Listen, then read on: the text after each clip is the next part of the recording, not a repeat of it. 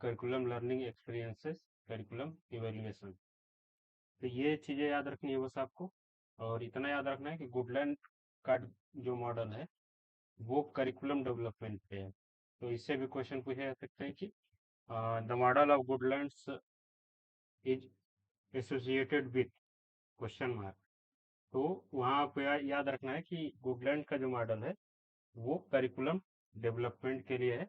इसमें जो है करिकुलम को किस तरीके से डेवलप किया जाता है, करिकुलम को कैसे बनाया जाता है, उस चीज़ को यहाँ बताने की कोशिश गुडलैंड मॉडल में की गई है। ओके। और ओपन क्लासरूम मॉडल में अगर बात करें तो ये भी जो है एक करिकुलम डेवलपमेंट मॉडल ही माना जाता है इसको। और इसमें जो है कितने स्टेप्स हैं, छः स्टेप जो है ये इनके द्वारा बताया गया है। पहला है need assessment and stakeholder involvement,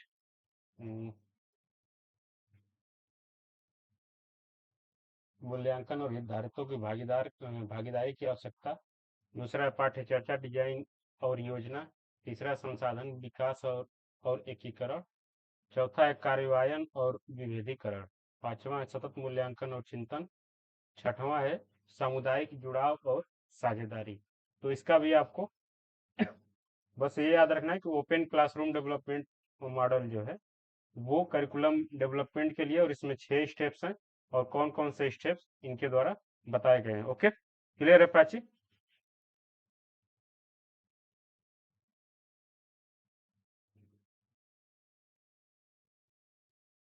हाँ, एल्बर्ट बंडूरा वाला जो है, जो मैंने बताया था कि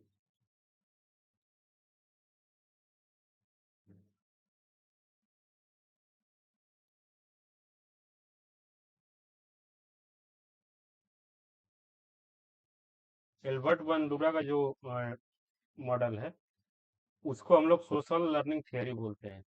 कि एल्बर्ट बंडूरा बताते हैं कि कोई व्यक्ति अपने अगल बगल के समाज से कैसे चीजों को सीखता है। तो इसके लिए ये 3 की फीचर जो है वो देते हैं। पहला है पर्सनल, दूसरा है बिहेवियर, तीसरा है इन्वायरमेंट। तो इनका जो पहला है पर्सनल एक्सपेक्ट, ये बोलते हैं कि या तो व्यक्ति अपने आप में स्वयं इतना ज्यादा काबिल होता है कि वो चीजों को कर लेता है, वो उसका पर्सनल एक्सपेक्ट है, वो चीजों को खुद से करना चाहता है। जैसे कि this refers to own believes about your abilities and confidence in your skills. इसमें बस आपकी जो पर्सनल क्वालिटी और एबिलिटीज है, जो कॉन्फिडेंस लेवल है आपका, कोई चीज आप क्या सीखना चाहते हैं, जो अपने बस एक व्यक्ति के पर्सनल चीजें हैं, उसको ये पर्सनल एक्सपेक्ट में बताते हैं। दूसरा ये बताते हैं कि बिहेवियरल एक्सपेक्ट जो है, कि जब हम किसी चीज को किसी को करते हुए देखते हैं, जैसे कि अगर हम किसी को बाइक चलाते हुए देखते हैं, तो वहां जो है इसका उस व्यक्ति का जो बिहेवियर है, बाइक चलाना उसका जो बिहेवियर है, वो भी हमें जो है बाइक सीखने के लिए मोटिवेट करता है। तो ये दूसरा इनका जो है कि अगल बगल के लोगों के बिहेवियर या अगल बगल के लोगों के द्वारा किए जाने वाली चीजों को जब हम लोग देखते हैं या उसको एक्सपीरियंस करते हैं, तब वहां से जो हमें लर्निंग करने की जो मोटिवेशन मिलता है, उसको ये बताते हैं कि वो बिहेवियरल एक्सपेक्ट है। ओके। इसके बाद तीसरा है कि इन्वायरमेंटल एक्सपेक्ट। मतलब कि इसमें हम लोग देखेंगे कि किसी भी चीज को सीखने के लिए, यहाँ लिखा हुआ है the environment play a crucial role in shaping behaviour. ये सबको पता है कि जैसा इन्वायरमेंट होता है उस हिसाब से आदमी का बिहेवियर जो डेवलप हो जाता है। If you see someone being praised or rewarded for riding a bike safely, you more likely to adopt some behavior. Similarly, if you observe someone being punished for reckless bicycling, you will likely avoid such behavior. मतलब कि इसको एक तरीके से force किया जा रहा है कि तुम अगर ये करोगे तो ये सोसाइटी के लिए गलत है, और उस वहां तुम्हें पनिशमेंट मिल सकता है। अगर तुम ये करोगे, ये सोसाइटी के लिए सही है, यहाँ तुमको रिवार्ड मिल सकता है। तो वो इन्वायरमेंटल एस्पेक्ट है कि उसको वो जहाँ निवास कर रहा है, जहाँ रह रहा है, वहाँ की जो परिस्थितियां हैं, उस हिसाब से चीजों को करने या सीखने का मौका जो है वो आ, दिया जाता है। वो उसी तरीके से चीजों को सीखता है। तो एल्बर्ट बंडूरा जो है तीन एक्सपेक्ट बताता है किसी के सोशल लर्निंग का। पहला है कि पर्सनल एक्सपेक्ट, कि वो खुद चीजों को करना चाहता है। दूसरा है कि वो दूसरे को करते हुए देखता है तो करना चाहता है। तीसरा है कि उसे जो है एक तरीके से वहाँ की परिस्थितियों के द्वारा फोर्स किया जाता है कि तुम जो है यहाँ ये नहीं कर सकते, या तुम यहाँ अगर यहाँ अगर तुमको सरवाइव करना है तो तुमको ये चीजें जो है वो सीखनी पड़ेंगी। तो वो है इन्वायरमेंटल एक्सपेक्ट। ओके, अब क्लियर हुआ प्राची? ओके, इसके बाद ये मैंने बताया था ले वाइगत्सी का थियरी ऑफ सोशल लर्निंग। इसमें एक चीज जो आप लोग को याद रखना था कि जोन ऑफ प्रॉक्सिमल डेवलपमेंट, ये अगर किसी को समझ में आया तो तुरंत जो एक्सप्लेन कर दीजिए। जोन ऑफ प्रॉक्सिमल डेवलपमेंट से क्या समझते हैं आप?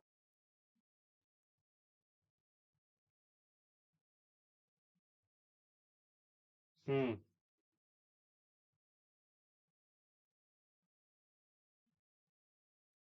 हाँ, तो उससे हम लोग जोन ऑफ प्रॉक्सिमल डेवलपमेंट बोलते हैं।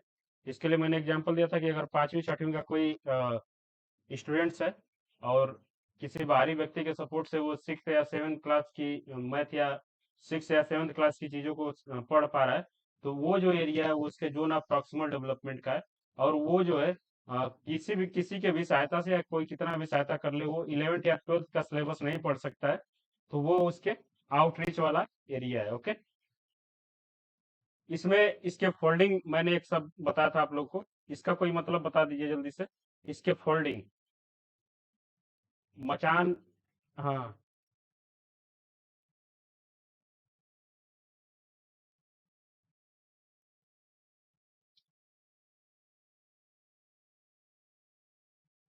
बहुत अच्छा। इसको स्केप होल्डिंग बोलते हैं।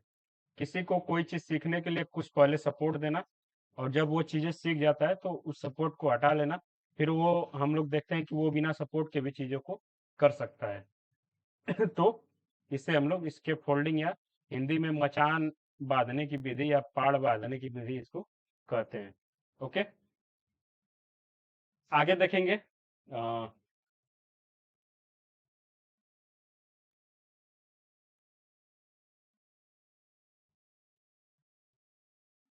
डेविड जॉनसन का मॉडल ऑफ कोऑपरेटिव लर्निंग। ये डेविड जॉनसन का जो मॉडल ऑफ कोऑपरेटिव लर्निंग है, इसमें हम लोगों को क्या देखना होता है कि जैसे कि हम लोग कॉलेज में या क्लास में कई बार जो एक ग्रुप बना के पढ़ाई करने की कोशिश करते हैं, कोई भी चीज पढ़ने या सीखने के लिए एक ग्रुप बनाया जाता है। उसमें चार पांच लोग जो है वो होते हैं। तो डेविड एंड जॉनसन का जो मॉडल है वो बताता है कि एक ग्रुप बनाते समय उसकी क्या क्या जो है फीचर जो है वो होना चाहिए। तो इसके लिए बताते हैं कि पहला है कि पॉजिटिव इंटर डिपेंडेंस होना चाहिए सबका, एक दूसरे के सकारात्मक परस्पर निर्भरता होनी चाहिए। यही चीजें पूछी जाती है कि which of the following is not the key features of David Johnson cooperative development cooperative learning theory. तो आपको बस ये पांचों पॉइंट्स जो है वो याद रखने हैं। इससे रिलेटेड क्वेश्चन पूछे जाते हैं। दूसरा है कि व्यक्तिगत जवाबदेही, प्रत्येक व्यक्ति की इंडिविजुअल जवाबदेही होती है उस ग्रुप के लिए। ओके, इंडिविजुअल अकाउंटेबिलिटी होती है। तीसरा है कि सभी लोगों का फेस टू फेस इंटरेक्शन होता है, मतलब कि सभी लोग आपस में एक दूसरे से बातचीत जो है वो फेस टू फेस करने की कोशिश करते हैं। या मतलब कि इंटरेक्शन कम्युनिकेशन जो होता है वो सबके बीच में बहुत ही बेहतर तरीके से ग्रुप बनाते समय वो होना चाहिए सबके बीच में। ओके, चौथा है कि interpersonal skill development. Interpersonal skill development का मतलब है कि एक दूसरे को जो है आ, एक दूसरे की सहायता से अपने कौशल का विकास करना। इंटरपर्सनल डेवलपमेंट और इंट्रापर्सनल डेवलपमेंट में थोड़ा सा अंतर होता है। तो आप लोगों को वर्ड पे थोड़ा सा ध्यान देना है कि इंट्रापर्सनल डेवलपमेंट अगर हम लोगों को कहीं देखने को मिलता है तो उसका मतलब होता है कि स्वयं का विकास करना, एक किसी इंडिविजुअल व्यक्ति का विकास करना है। लेकिन इंटरपर्सनल डेवलपमेंट में क्या है कि पूरे ग्रुप का जो है स्किल डेवलपमेंट होनी चाहिए, तब वो जो है जो ग्रुप फॉर्म होगा उसे हम लोग एक अच्छा ग्रुप मान सकते हैं। ये नहीं कि ग्रुप के 4 लोग जो है वो पीछे रह गए और एक व्यक्ति जो था उसकी उसी ने सारा स्किल डेवलपमेंट उसके अंदर हो गया, तो वो जो है ग्रुप अच्छा कोऑपरेटिव ग्रुप नहीं माना जाता है। जो स्किल डेवलपमेंट होनी चाहिए सबके बीच में इंटरपर्सनल होने चाहिए। ओके। पांचवा है कि ग्रुप प्रोसेसिंग। ग्रुप प्रोसेसिंग का मतलब है कि ग्रुप का जो सभी लोगों का मिलने जुलने का जो एक सिस्टम होना चाहिए, एक दूसरे को जो है फीडबैक देने का सिस्टम होना चाहिए। जैसे कि periodic reflection and feedback session allow groups access their process, identify strength and the weakness and make adjustment to improve their performance. इसे हम लोग ग्रुप प्रोसेसिंग बोलते हैं। ओके। तो ये 5 जो है की फीचर डेविड जॉनसन के कोऑपरेटिव लर्निंग थियरी के अंदर जो है वो बताया गया था। इसी पे हम लोगों ने एक क्वेश्चन जो देखा था, वो अब थोड़ा सा एक बार फिर से विचार करिए आप लोग और इसका आंसर जो है बताइए।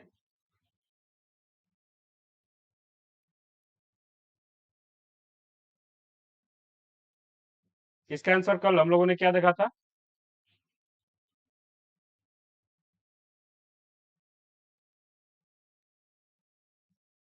3। अगर देखें कि क्यों 3 होगा, तो स्वयं अवधारणा सेल्फ का कॉन्सेप्चुलाइजेशन बोला जा रहा है, तो ये जो है वो गलत है। सेल्फ कॉन्सेप्चुलाइजेशन नहीं होता है, इंटरपर्सनल कॉन्सेप्चुलाइजेशन होगा।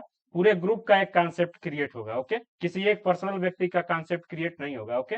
जैसे कि हम लोग इसका एक एग्जांपल ले सकते हैं कि कई सारे कॉलेज में ऐसा होता है, जब ग्रुप डिवाइड होता है तो उस पूरे ग्रुप का नाम हम लोग देखते हैं कि कोई बोल देता है कि ये ग्रुप जो इलिट क्लास के लोगों का है, या इलिट ग्रुप है, पढ़ाकू ग्रुप है, या घुमक्कड़ ग्रुप है। तो ये जो पूरा कॉन्सेप्ट क्रिएट हो रहा है पूरे ग्रुप का हो रहा है, वो किसी ग्रुप के एक पर्सनल व्यक्ति का नहीं हो रहा है। तो सेम ये जो ये ऑप्शन नंबर 1 जो था वो इसलिए इसमें गलत था। अगर एक ऑप्शन हम लोग गलत करते थे, 3 ऑप्शन वैसे हम लोग एलिमिनेट कर सकते थे। ऑप्शन नंबर 3 जो इसमें सही था। Okay.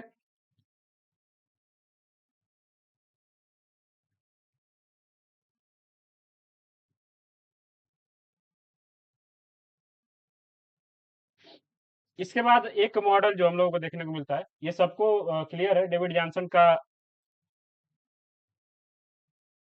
Cooperative learning theory. Okay. इसके बाद अगला जो एक मॉडल है वो है जिमर मैन सेल्फ रेगुलेशन मॉडल। ये मॉडल इसलिए इंपॉर्टेंट है कि मान लीजिए कि हमें खुद से किसी चीज की तैयारी करनी है, खुद से कोई चीज सीखना है, तो जिमरमैन उस पे बात करते हैं कि अगर कोई व्यक्ति सेल्फ रेगुलेशन के द्वारा अपने आप से कोई चीज सीखना चाहता है तो उसे कौन कौन से फेज को, कौन कौन से स्टेज को फॉलो करना चाहिए। ओके। जैसे कि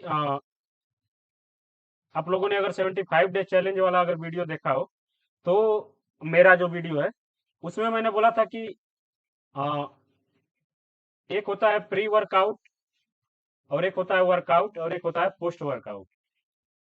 वर्कआउट जो वाला सेशन है उस समय हम लोग सारा चीजें करते हैं, जो भी चीजें पढ़नी है हमको, जो भी ज्ञान हमें अर्जित करना है, वो होता है हमारा ये वाला सेशन। और प्री वर्कआउट का मतलब है कि हम वर्कआउट कैसे करेंगे, इस चीज की तैयारी हम लोग करते हैं, वो होता है। उसके बाद पोस्ट वर्कआउट वाली जो सेशन होता है, उसमें हम लोग देखते हैं कि हम लोगों ने जो यहाँ पे जो भी काम किया है उसका क्या रिजल्ट आ रहा है, उस चीज को एगुलेट करते हैं, इवेलुएट करते हैं, उस चीज में क्या कमी रह गई थी इस चीज को देखते हैं। तो ये जिमरमैन का जो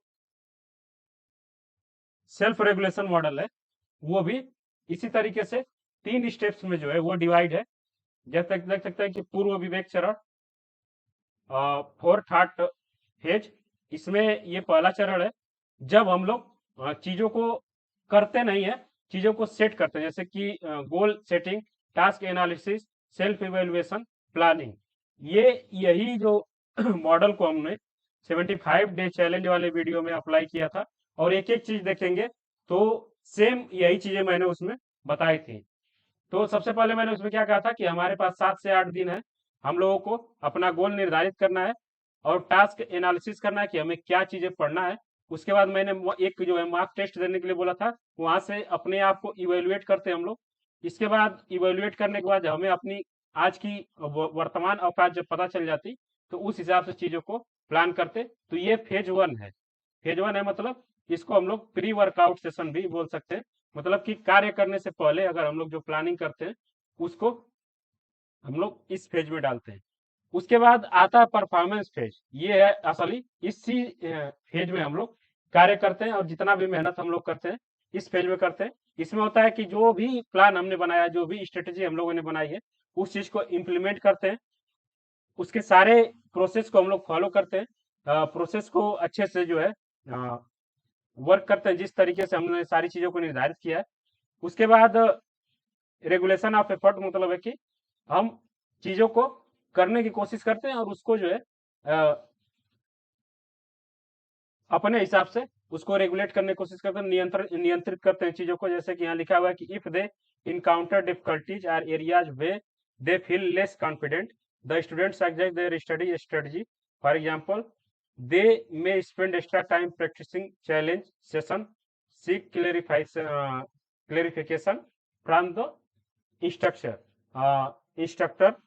इसका मतलब यह है कि हम अपने आप को देखते हैं कि हमारा जो क्या वीक पॉइंट है पढ़ाई के दौरान, और अपने पढ़ाई के एफर्ट्स को जो है हम वहाँ जो है शिफ्ट कर देते हैं। इसके बाद जो थर्ड इनका स्टेप है वो है सेल्फ रिफ्लेक्शन फेज। जैसा कि मैंने बताया, इस फेज में हम लोग चीजों को इवेल्युएट करेंगे कि जो भी चीजें हम लोगों ने की है वो कितना ज्यादा हम लोगों के लिए कारगर है। इसके बाद सबसे लास्ट में देखेंगे कि ये पूरे प्रोसेस के बाद जो है हमारे परफॉर्मेंस में कितना ज्यादा वृद्धि हुई है, क्या हमारी स्ट्रेंथ रही है इस परफॉर्मेंस के दौरान, क्या वीकनेस रही है। ये भी एक इवेल्युएशन का पार्ट है। Planning for future improvement. जब हम लोगों को पता चल जाता है कि इतना प्रोसेस फॉलो करने के बाद हमारा जो इतना ज्यादा इंप्रूवमेंट हुआ है, तो उसके बाद आगे अगर हमें फिर से चीजों को करना होगा तो उस चीज को प्लान करने के लिए हम लोग थोड़ा सा पहले वाले प्लान को ध्यान में रख के चीजों को करते हैं। ओके, तो ये क्लियर है सबको? Zimmerman self regulation model clear है? प्राची, सोनाली और जितेंद्र? ओके, तो अगर आप खुद से किसी चीज की तैयारी कर रहे हैं तो इस मॉडल को जो है हम लोग फॉलो करते हैं और इसी को हम लोग जिमर मैन सेल्फ रेगुलेशन मॉडल बोलते हैं।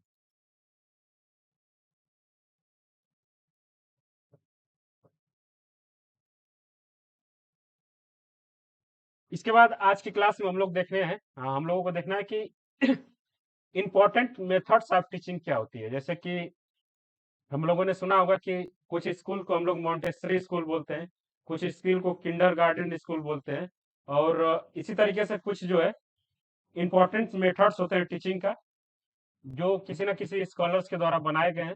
वो उन मेथड्स को देखेंगे। आपको जो पीपीटी का पीडीएफ जो भेजा गया है उसमें कुछ और लिखा है, तो इस चीज को हम लोग उसमें ऐड कर देंगे। वो जो है थियरी वाला पार्ट है और ये जो है बताने वाला पार्ट है, तो इसलिए मैं इसे थोड़ा सा चेंज कर दिया हूँ। और सबसे पहले हम लोग देखते हैं कि प्रोजेक्ट मेथड। प्रोजेक्ट मेथड अगर नाम से हम लोगों को थोड़ा सा सोचना हो कि प्रोजेक्ट, तो नाम से हम लोग को क्या लग रहा है कि हमारे पास कोई ना कोई टारगेट होगा। टारगेट मतलब कि एक जो है हमें कार्य करने के लिए दिया जाएगा, एक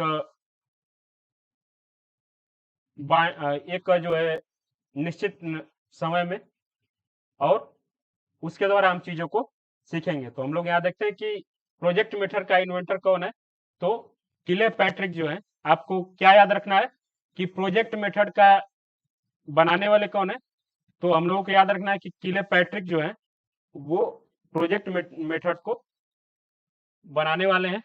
और इसके आगे, the project is purposeful work done wholeheartedly that takes place a social environment.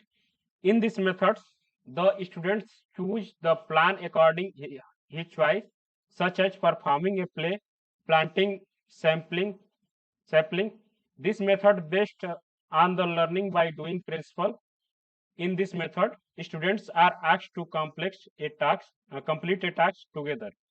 तो जैसा कि हम लोगों को कोई प्रोजेक्ट कभी मिलता है बनाने के लिए, तो उस चीज में हम कौन कौन सी चीजों को फॉलो करते हैं, तो उसी चीज को इसमें बताया गया कि हम लोग जो है लर्निंग बाय डूइंग प्रिंसिपल के द्वारा चीजों को सीखते हैं। और इसमें जो है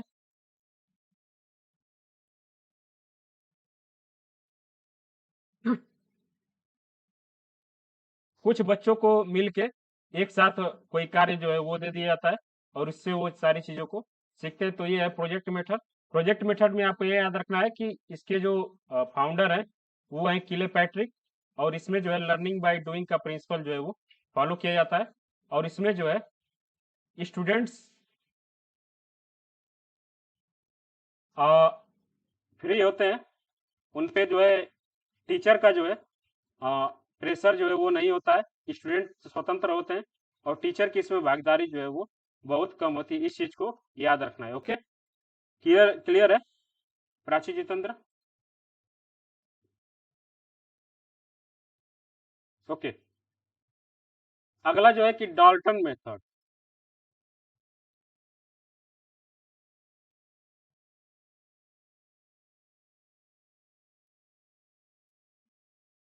डाल्टन मेथड को जो बनाने वाले हैं, सिस्टम को शुरू करने वाले हैं, उनका नाम है मिस हेलेन फरहस्ट।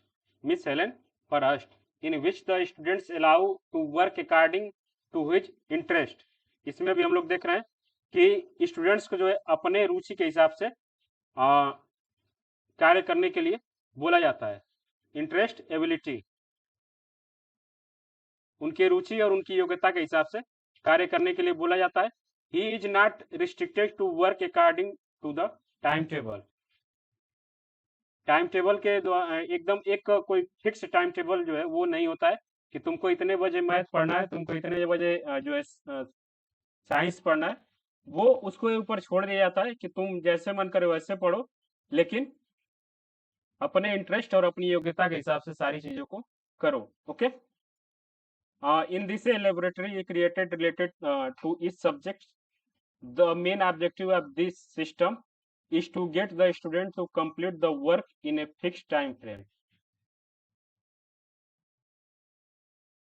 उसको एक कोई प्रॉपर जो है टाइम टेबल फॉलो नहीं करना होता है, लेकिन उसको एक टाइम का बाउंडेशन जो है दे दिया जाता है कि तुमको ये प्रैक्टिकल अगर करना है तो तुमको ये प्रैक्टिकल 3 से 4 महीने के अंदर में कर लेना है। इसके लिए तुम या डेली 4 से 5 घंटे पढ़ाई करो, या एक दिन तुम 12 घंटे पढ़ो, या एक दिन 16 घंटे पढ़ो, इससे मतलब नहीं है।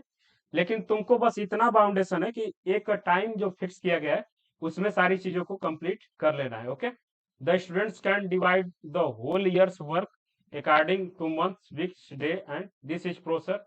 The teacher only act as a guide. Okay, इसका यूज, इस मेथड्स का यूज जो है,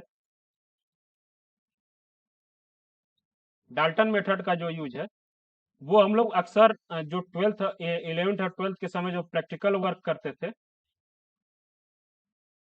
उसमें यूज किया जाता था। जैसे कि हम लोगों को ये मालूम होगा कि प्रैक्टिकल हमारे पूरे 1 साल का प्रोसेस था। 11th में अगर आप लोगों ने किसी सब्जेक्ट में प्रैक्टिकल किया हो, या प्रैक्टिकल का कोई सब्जेक्ट लिया हो, तो हमें ये पता होना चाहिए कि वो जो प्रैक्टिकल वाला सिलेबस है हमारा, वो पूरे 1 साल का प्रोसेस है।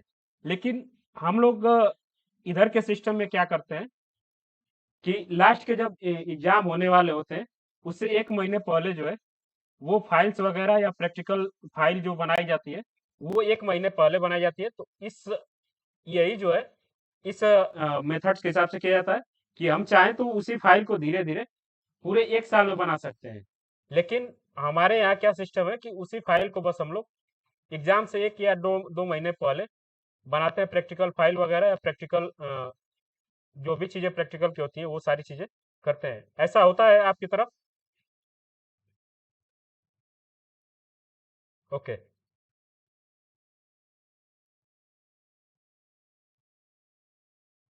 हाँ हाँ, उसमें भी हो सकता है कि हमारा ये है कि हर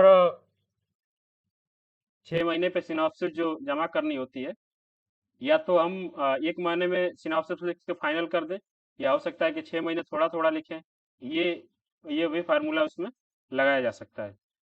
ओके, तो इसमें हमको क्या याद रखना है कि डाल्टन मेथड किसके द्वारा बनाया गया, मिस एलेन परस्ट के द्वारा। और इसमें जो है एक फिक्स टाइम फ्रेम होता है, ये याद रखना है।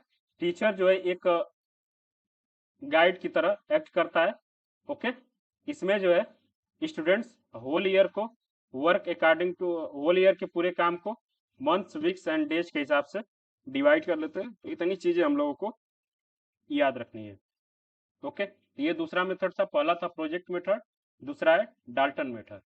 इसके बाद आगे जब हम लोग बढ़ेंगे तो वो आप लोगों को दिख रहा होगा, थर्ड वाला जो है वो है बिनिटिका।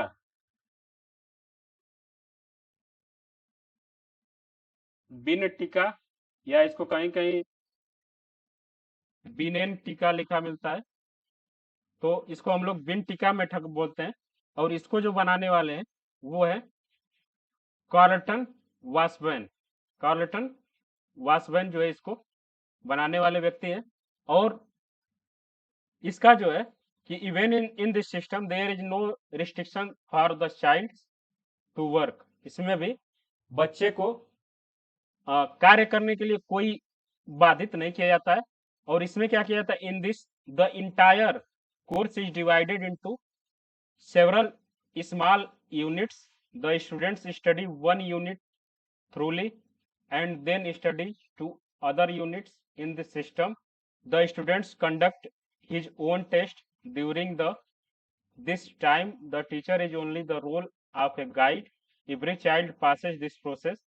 In this, grades are given separately for each subject. In this method, necessary that the student is honest.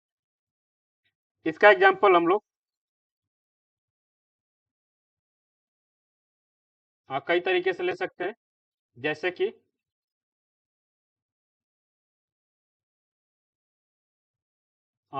1 से लेके 12 तक की जो पढ़ाई होती है उसमें क्या होता है कि हमारे पास कोई रिस्ट्रिक्शन जो है उतना नहीं होता कि हमको जो है एकदम पढ़ाई करनी ही है। इसमें क्या होता है कि सारे प्रोसेस को थोड़े छोटे छोटे भागों में डिवाइड कर दिया गया, 1 2 3 4 5 6 7 8 इस तरीके से। जब हम एक प्रोसेस को फॉलो कर लेते हैं यूनिट से, हम लोग ये समझ सकते हैं। इसको अगर और छोटा करें तो जो हमारा सेमेस्टर का एग्जाम होता है उसमें जो सिलेबस होता है वो भी यूनिट वाइज जो है वो डिवाइड होता है। एक यूनिट को कंप्लीट करने के बाद सेकेंड यूनिट पढ़ते हैं, सेकेंड यूनिट कंप्लीट करने के बाद थर्ड यूनिट पढ़ते हैं। फर्स्ट सेमेस्टर को कंप्लीट करने के बाद हमारा इवेल्युएशन होता है, उसके बाद हम सेकेंड सेमेस्टर में जाते हैं। तो ये जो पूरा प्रोसेस है इसको हम लोग बिनेटिका मेथड बोलते हैं। ओके, इसमें भी टीचर जो है उसका जो रोल होता है वो एक गाइड का होता है। और इसमें क्या होता है कि in this grades are given separately for each subject. सभी सब्जेक्ट्स जो हम लोग पढ़ते हैं सबके लिए अलग अलग जो है वो ग्रेड मिलते हैं। ओके,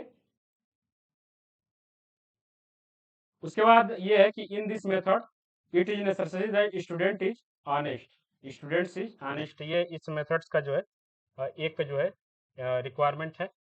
ओके, क्लियर है ये प्राची जितेंद्र? विनिटिका मेथड इसको बनाने वाले हैं कार्लटन वासवेल। और इसमें जो है छोटे छोटे यूनिट्स में सारी चीज़ों को डिवाइड करके एक यूनिट कंप्लीट करने के बाद सेकेंड यूनिट, सेकेंड यूनिट के बाद थर्ड यूनिट, और सारे यूनिट्स को कंप्लीट करने के बाद स्टूडेंट्स या तो अपना खुद का इवेल्युएशन कर लेता है या उसको किसी टेस्ट या एग्जाम के द्वारा इवेल्युएट करके उसे अगले यूनिट या अगले क्लास में भेजा जाता है। इसके बाद अगला है डेक्रोली मेथड्स। डेक्रोली मेथड्स का जो सबसे इंपॉर्टेंट बात है कि अगर हम लोगों ने देखा हो कि कई सारे ऐसे स्कूल्स होते हैं जिसमें कई सारे सेक्शन चलते हैं, ए बी सी डी, एक ही क्लास के कई सारे सेक्शन चलते हैं। तो आप लोगों को पता है कि A B C D section में क्या अंतर होता है? जो डेक्रोली मेथड्स के आधार पे सेक्शन बनाए जाने चाहिए उसमें क्या अंतर होता है?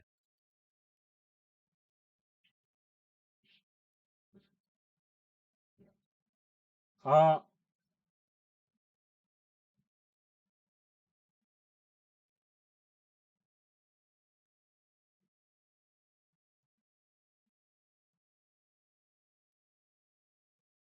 हाँ, हाँ।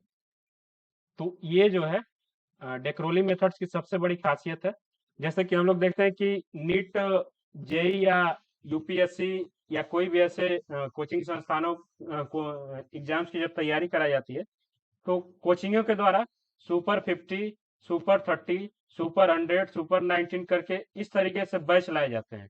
बैच का मतलब है कि वो बच्चों को इवेलुएट करते हैं और उनके वर्तमान सिचुएशन के हिसाब से उनको उस टाइप के सेशन में डालने की कोशिश करते हैं। जैसे कि अगर मैं रियलिटी से अगर हम लोग देखें, ABCD सेशन जो सेक्शन चलते हैं कई सारे स्कूल्स में, तो ए वाले सेक्शन के जो बच्चे होते हैं वो सबसे ज्यादा ब्रिलियंट माने जाते हैं पढ़ने में। बी वाले थोड़े से उसके कंपेयर में लो होते हैं, सी वाले उससे थोड़े से लो होते हैं, और डी वाले जो है वो पढ़ने में सबसे लो माने जाते हैं। तो ये जो है डेक्रोली मेथड्स के द्वारा ये चीजें की जाती हैं। ओके, इसके जो फाइंडर है, ओके, एग्जाम्पल मैंने जो दिया थी ABCD सेक्शन, ये क्लासरूम्स में जो अप्लाई किए जाते हैं, जो इसका ये तय करने का जो फार्मूला है वो यही होता है कि ए सेक्शन में जो बच्चा है, ए सेक्शन में पढ़ने वाला जो बच्चा है, वो सारे बच्चे पढ़ने में बहुत ज्यादा अच्छे होते हैं। बी सेक्शन वाले जो बच्चे होते हैं वो कंपेयर में ए के थोड़े से डाउन होते हैं, सी वाले इन दोनों के कंपेयर में डाउन होते हैं, डी वाले जो है कंपेयर में सबसे डाउन होते हैं। ओके, इसी तरीके से इन लोगों का क्या होता है कि हर मंथ पे या हर 3 मंथ पे या हर 15 दिन पे कोई ना कोई एक इवेल्युएशन प्रोसेस में इनको इन्वॉल्व किया जाता है, और उनको इवेल्युएट करके जब ये देखा जाता है कि वो जो है अब ये सेशन के बच्चे के साथ पढ़ने के लिए लायक हो गए, तो उनको जो है अ, उस सेक्शन में भेज दिया जाता है, उनको जो है इंक्रीमेंट दे दिया जाता है। ओके, तो ये जो है डेक्रोली मेथड्स का सबसे बड़ा एग्जाम्पल हम लोग देख सकते हैं। जैसे कि मैं अपना एक एक्सपीरियंस बताऊं खुद का, तो मैं जब आईआईटी की कोचिंग करता था, तो मेरे कोचिंग में टोटल 3 बैचेज जो है वो चलती थी। ओके, मेरा जो बैच था वो सेकेंड था, और मुझे जो है पढ़ना था फर्स्ट बैच में, जो बैच ए था। तो मैं जब जाता था कोचिंग संस्थान के मालिक के पास, तो वो बोलते थे कि अगले 15 दिन बाद तुम्हारा असेसमेंट टेस्ट है, उसे दो और क्वालिफाई कर लेना, तो तुम बैच ए में चले जाना। तो इससे मैं क्या सीख सकता हूँ कि वो लोग मेरे नॉलेज को बैच ए के बच्चों के नॉलेज से कंपेयर कर रहे थे, कि अगर मेरा नॉलेज बैच ए के बच्चे के नॉलेज के बराबर नहीं है, तो मैं अपने बैच में ही सही हूँ, क्योंकि वहाँ चीजें जो पढ़ाई जाएंगी उनके हिसाब से पढ़ाई जाएंगी, उनके उनके लायक स्पीड से पढ़ाई जाएंगी, और बैच बी वाले बच्चे को जो पढ़ाई जाएंगी इनके लेवल से पढ़ाई जाएंगी। तो इसलिए डेक्रोली मेथड्स को यूज किया जाता है। ओके, अब क्लियर है प्राची?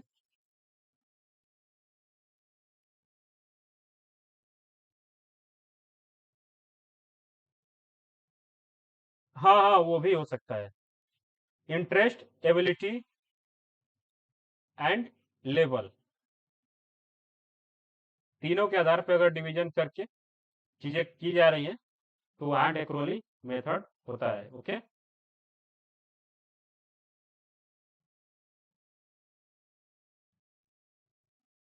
अब क्लियर हुआ?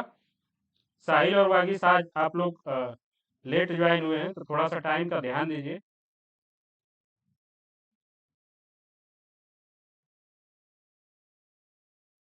ठीक है, आगे जो है अगला जो मेथड्स है वो है कॉन्ट्रैक्ट मेथड।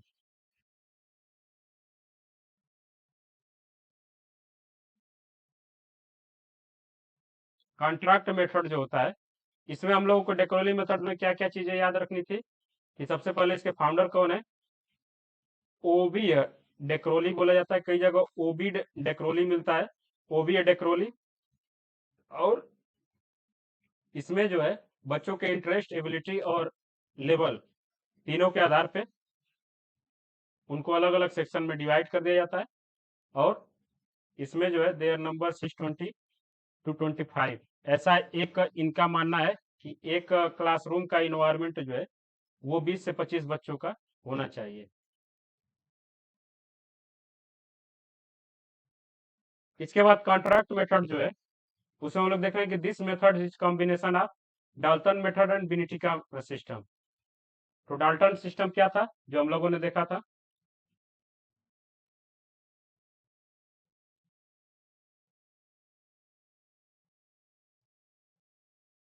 इसमें हम लोगों ने देखा था, हाँ, फिक्स फिक्स टाइम फ्रेम के अंदर चीजों को करना होता है। और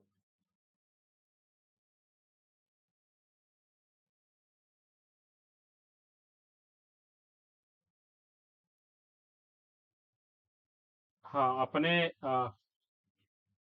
अकॉर्डिंग जो है चीजों को डिवाइड कर लेते हैं मंथ्स में, डेज में, और उस हिसाब से चीजें करते हैं।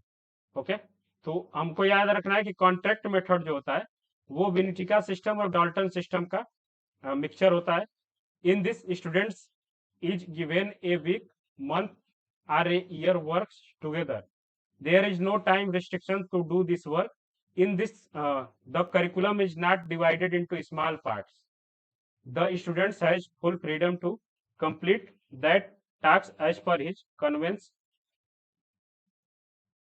If he wants, he can complete his work ahead to time. If for some reason the work is not completed, he can complete in next year also. For completion of the work, the students has to take a exam. If he fails, an attempt is made by the teacher to find out the reason. तो ये है contract method जिसमें बेनेटिका और Dalton methods के दोनों system जो है mixture पाए जाते हैं।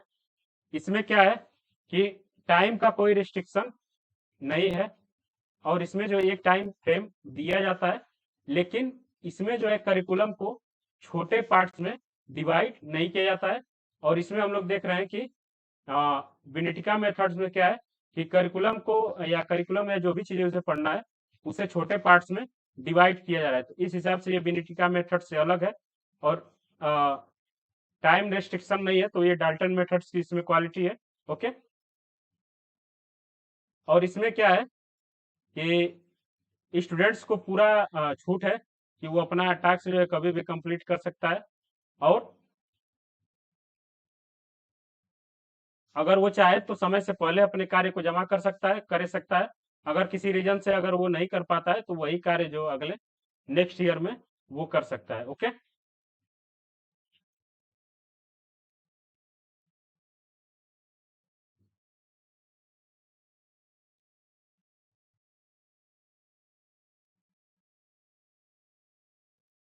ये वाला जो पॉइंट हम लोग देख रहे हैं कि there is no restriction for the child to work.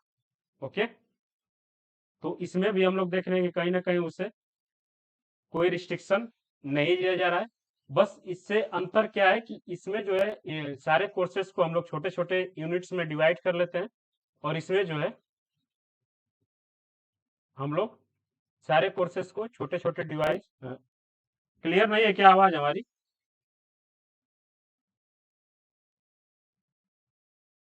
हमारी आवाज क्लियर नहीं है क्या प्राची, साहिल? एक बार अपना जो है नेटवर्क चेक करिएगा वागिस।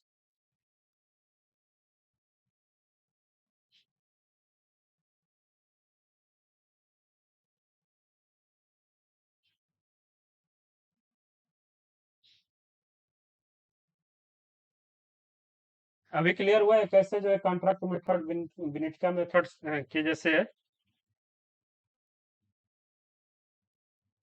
ओके, इसमें हम लोग को बस याद रखना है कॉन्ट्रैक्ट मेथड जो है वो डाल्टन सिस्टम और विनिटका सिस्टम का मिक्सचर होता है और इसमें कोई टाइम का रिस्ट्रिक्शन नहीं होता है, टाइम का कोई रिस्ट्रिक्शन नहीं होता है और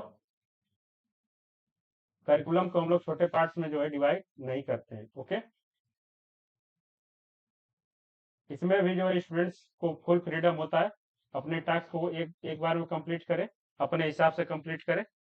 और कहीं ना कहीं ये सिस्टम जो है हमें बिनिटका में देखने को मिलता है कि उसे जो है ये फ्रीडम है कि अपने हिसाब से चीजों को करे। ओके, आगे जब हम लोग बढ़ते हैं वो है एक्टिविटी मेथड। एक्टिविटी मेथड्स का मतलब है कि करके सीखना।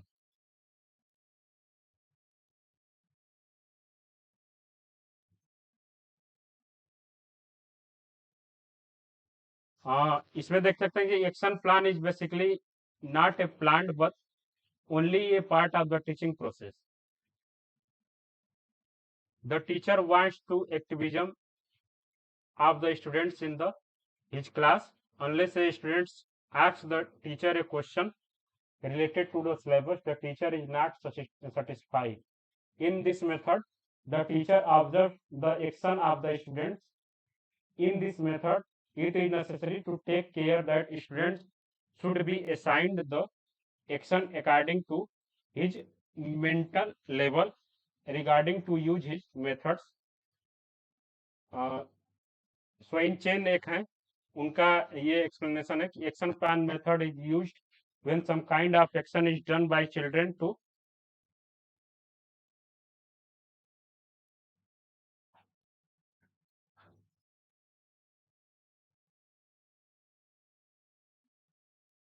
ओके। अभी क्लियर है क्या? वागिस क्लियर हुआ आवाज?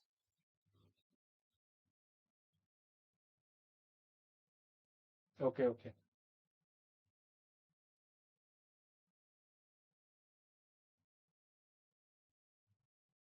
एक्टिविटी मेथड का जो सबसे अच्छा एग्जांपल हम लोग देख सकते हैं कि अगर हम लोगों ने कभी एनसीईआरटी अगर देखी हो, 6, 7, 8 या 9th क्लास की कोई भी साइंस या जियोग्राफी या किसी भी सब्जेक्ट की एनसीईआरटी अगर देखी हो, तो वहां हम लोगों को देखने को मिलता है कि कंटेंट के बीच में एक वर्ड हम लोग को आता है कि लर्न बाय एक्टिविटी।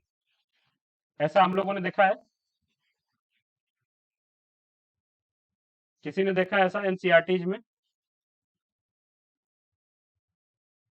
हाँ, तो जो बॉक्स बना के रखते हैं वो ही चीज की बात यहाँ की जा रही है कि वो बॉक्स जो है खासकर टीचर के लिए सजेशन होता है कि अपने बच्चों का इंटरेस्ट जगाने के लिए और उनके लेवल को चेक करने के लिए तुम उन्हें कुछ ऐसा वर्क दो, एक्टिविटी कराओ जिससे कि उनका इंटरेस्ट और उनके नॉलेज में थोड़ी सी वृद्धि हो सके। तो वही इसे हम लोग एक्टिविटी मेथड बोलते हैं। ओके, चीजों को करके सीखना या स्टूडेंट्स के द्वारा चीजों को परफॉर्म्स करके करवा के उन सारी चीजों को सिखाना। ओके, क्लियर है सबको?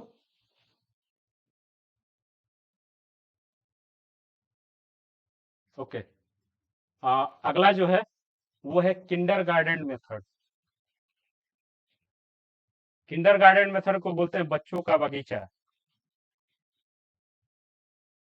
बच्चों का बागीचा, ये जो है किंडर गार्डन स्कूल जो इस समय बहुत ज्यादा प्रचलन में है, उसी चीज को हम लोग देखते हैं कि वो क्या होता है। इस मेथड्स को बनाने वाले का क्या नाम है? फ्रॉबेल। हम लोग देख सकते हैं फ्रॉबेल जो है इसको बनाने वाले थे। The words kindergarten children's garden, जैसा कि मैंने बताया बच्चों का बागीचा। According to Froebel the teacher is a gardener and the child is a plant. He says that children are an underdeveloped plant that thrives under the supervision of a teacher like gardener.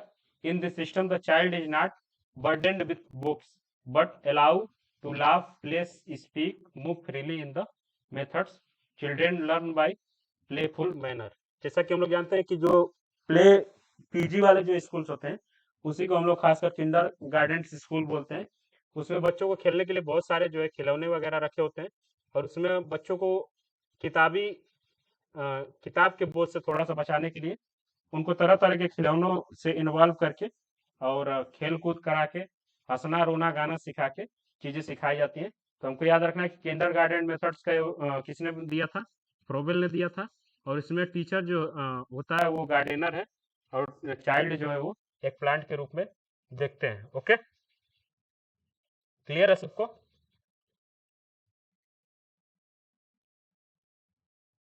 Okay, अगला जो है हम लोग देखें Montessori methods. ये भी schools के नाम आप लोगों ने सुना होगा कि मॉन्टेसरी स्कूल। मॉन्टेसरी का मतलब होता है कि कमजोर बच्चों का स्कूल। वो बच्चा फिजिकली कमजोर हो सकता है, मेंटली कमजोर हो सकता है, साइकोलॉजिकली कमजोर हो सकता है, या किसी भी तरीके से कमजोर हो सकता है। उसी को हम लोग मॉन्टेसरी स्कूल बोलते हैं। इसको जो देने वाले सिस्टम है वो है मारिया मॉन्टेसरी, एक व्यक्ति है। This methods is very important to mentally retarded children. Mentally retarded children का मतलब है कि जो बच्चे थोड़े से पढ़ने में कमजोर हैं, जिनका जो है दिमागी लेवल थोड़ा सा कमजोर है, उन बच्चों के लिए इंपॉर्टेंट हो सकता है। और इसमें जो है it is based entirely on the psychological principles, freedom, self discipline, proper use of senses, E T C are the basis of the education. तो मॉन्टेसरी स्कूल को देने वाले, मॉन्टेसरी सिस्टम को देने वाले कौन है? मारिया मॉन्टेसरी। और इस एजुकेशन में फ्रीडम, सेल्फ डिसिप्लिन और प्रॉपर यूज ऑफ सेंसेस को सिखाया जाता है। और ये जो है ये कहीं ना कहीं जो कमजोर बच्चे होते हैं उनको पढ़ाने का एक बेहतरीन तरीका होता है मॉन्टेसरी मेथड। ओके, आगे हम लोग बढ़ते हैं।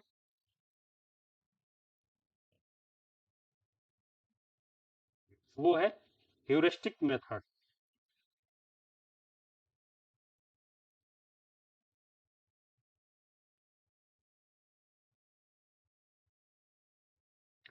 फ्रीडम का मतलब ये है कि बच्चे को एकदम किसी चीज में बाउंड नहीं किया जाता है कि तुमको एकदम सिलेबस के हिसाब से ही चलना है। वहाँ उनको फ्रीडम दी जाती है। जो जैसे हम लोग देखते हैं कि जो थोड़े से मेंटली कमजोर बच्चे होते हैं, उनके लेवल के हिसाब से चीजों को किया जाता है, न कि किसी प्लान्ड वे में उनको एकदम चलाया जाए। ओके, तो इसी चीज को हम लोग फ्रीडम बोलते हैं कि उनको थोड़ा सा ढील दिया जाता है, पढ़ने लिखने में थोड़ी सी छूट दी जाती है। ओके, आगे है ह्यूरिस्टिक मेथड। इस मेथड से जन्मदाता है वो है आर्मस्ट्रांग, आर्मस्ट्रांग। ओके, इसमें क्या है कि ह्यूरिस्टिक का मतलब होता है कि आई हैव डिस्कवर्ड, मुझे खोज करनी है, मुझे कुछ खोजना है। ओके, इसमें जो है बच्चे को खोजी प्रवृत्ति का बनाया जाता है कि तुम्हें जो है कुछ खोजना है, कुछ करना है। इसमें क्या होता है कि children's study themselves through various means. For this children's teachers inspector take the help of various instruments and books. The method is specially beneficial in science. This method leads to a positive increase of the child's curiosity tendency. ये भी कहीं ना कहीं हम लोग देख रहे हैं कि एक्टिविटी मेथड्स के पैरेलल इसको हम लोग मान सकते हैं। लेकिन इसमें क्या है कि ये जो स्पेशली बेनिफिशियल होता है साइंस वाले बच्चों के लिए, this methods okay, this methods is helpful in the keeping the child active. हाँ, बच्चे को एक्टिव रखने में ये मेथड जो है वो मदद करता है। और इसके बारे में नन एक है, नन एक व्यक्ति है, वो बोलते हैं कि about this method, because the purpose of heuristic method is to place the child in the position of the fundamental investigator, which is clearly that game system। उनका स्टेटमेंट है इसके बारे में कि बच्चे को जो है बस ये बता दो कि उसको कुछ खोज करना है। जब ये वो समझ जाएगा तो वो चीजों को अलग तरीके से करने की कोशिश करेगा, थोड़ा सा और ज्यादा इंटरेस्टिंग बनाएगा, और कुछ ना कुछ ऐसा वो नया पढ़ेगा, नया सीखेगा, उसके अंदर उत्सुकता जो है वो बढ़ती जाएगी। तो ये जो है इस मेथड्स को बारे में हम लोग जानते हैं। ओके, वो है ह्यूरिस्टिक मेथड। ह्यूरिस्टिक मेथड में सबसे इंपॉर्टेंट जो है वो याद रखना है कि आर्मस्ट्रांग ने इसको दिया था। और इसमें जो है हम लोग इसका मीनिंग याद रखेंगे कि आई हैव डिस्कवर्ड। इसको अगर हम लोग याद रखते हैं तो ये सारा मेथड्स हम लोग सीख जाएंगे कि ये साइंस के फील्ड में ज़्यादा यूजफुल है। और इसके अलावा बच्चे के अंदर जो है क्यूरियोसिटी बढ़ाने के लिए इसको यूज किया जाता है, और बच्चे को जो है एक्टिव रखने के लिए इसको यूज किया जाता है। तो ये इस मेथड्स की क्वालिटी है। ओके, आगे बेसिक एजुकेशन मेथड। तो नाम से हम लोग समझ सकते हैं कि बेसिक का मतलब है कि किसी को बेसिक शिक्षा जो है वो प्रोवाइड कराना। जैसे कि the basic education methods focus on the providing fundamental knowledge and skill necessary for the everyday life often emphasizing literacy numeracy practical life skill, इसको हम लोग बेसिक एजुकेशनल मेथड्स बोलते हैं। और इसका यूज हम लोग समझ सकते हैं कि जो प्रॉपर यूज जो है वो है कि बस साक्षरता, किसी को साक्षर कैसे बनाया जाए, किसी को बेसिक नॉलेज क्यों प्रोवाइड कराया जाए, उसी के रिलेटेड इसमें हम बात करते हैं। ओके, तो ये जो है 10 टीचिंग के मेथड्स से आप लोग एक बार अच्छे से इसको फिर पढ़िएगा।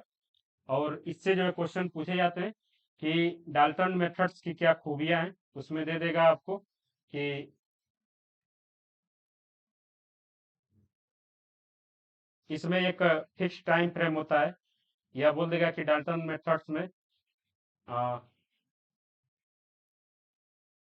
कोई फिक्स टाइम फ्रेम नहीं होता है। अगर स्टेटमेंट वाइज अगर क्वेश्चन देगा तो हम लोग देख सकते हैं कैसे बन सकता है, कि बोल देगा कि which of the following is not correct for the Dalton method. Statement one, कि there is a fix time to perform this method. या इसके बाद दे देगा कि this methods was totally controlled by teacher.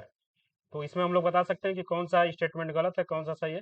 तो इससे जो स्टेटमेंट बेस्ड क्वेश्चन जो है वो बनाए जाते हैं, और फैक्ट बेस्ड क्वेश्चन भी बनाए जाते हैं। तो इस चीज़ को हम लोग थोड़ा सा एक बार आप लोग जल्द क्लास के बाद इसको अच्छे से रिवीजन कर लीजिएगा, जिससे कि सारी चीज़ें आपको अच्छे से क्लियर हो जाए। ओके,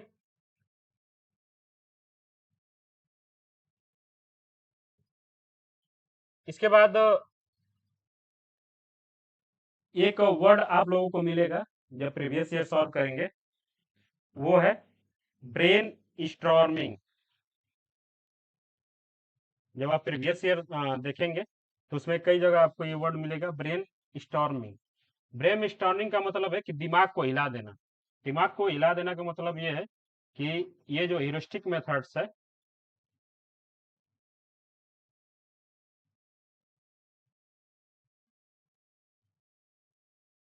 आ, किसी को बस यही बता देना कि यू हैव टू डिस्कवर, मतलब कि तुम्हें कुछ खोज करना है, या उसे कोई ऐसी कठिनाई में डाल देना जिससे कि निकलने के लिए वो अपने दिमाग का यूज करे।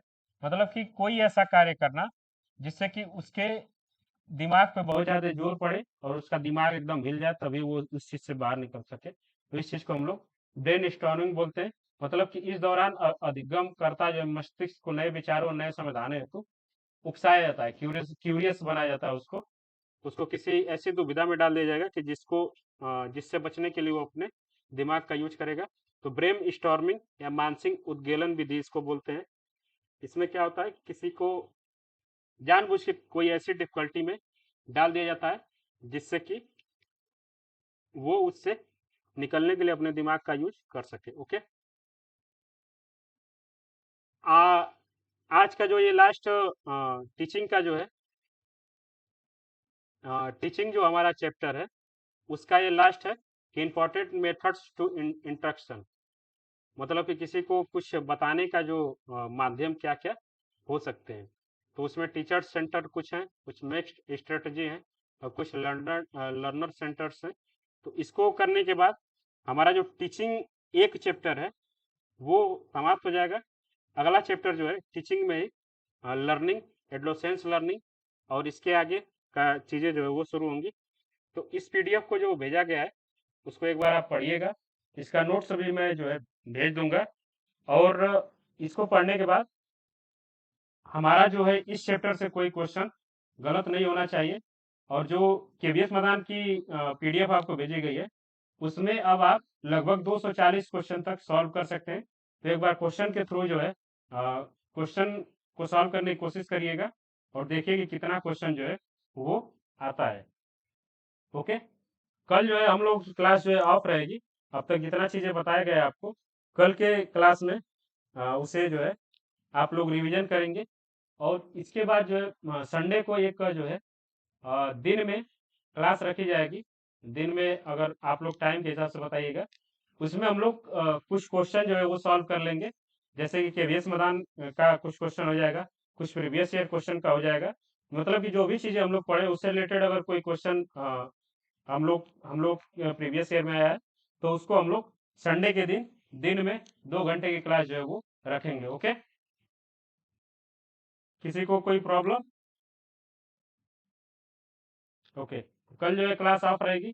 और हाँ, इसको जो भेजा गया ग्रुप में उसको एक बार आप लोग अच्छे से रिवाइज करिएगा, और केवीएस मैदान के 240 क्वेश्चन तक देखने की कोशिश करिएगा। अगर समझ में आती है तो बहुत अच्छा, नहीं समझ में आती है तो अगले क्लास में हम लोग अच्छे से उसको सॉल्व करेंगे।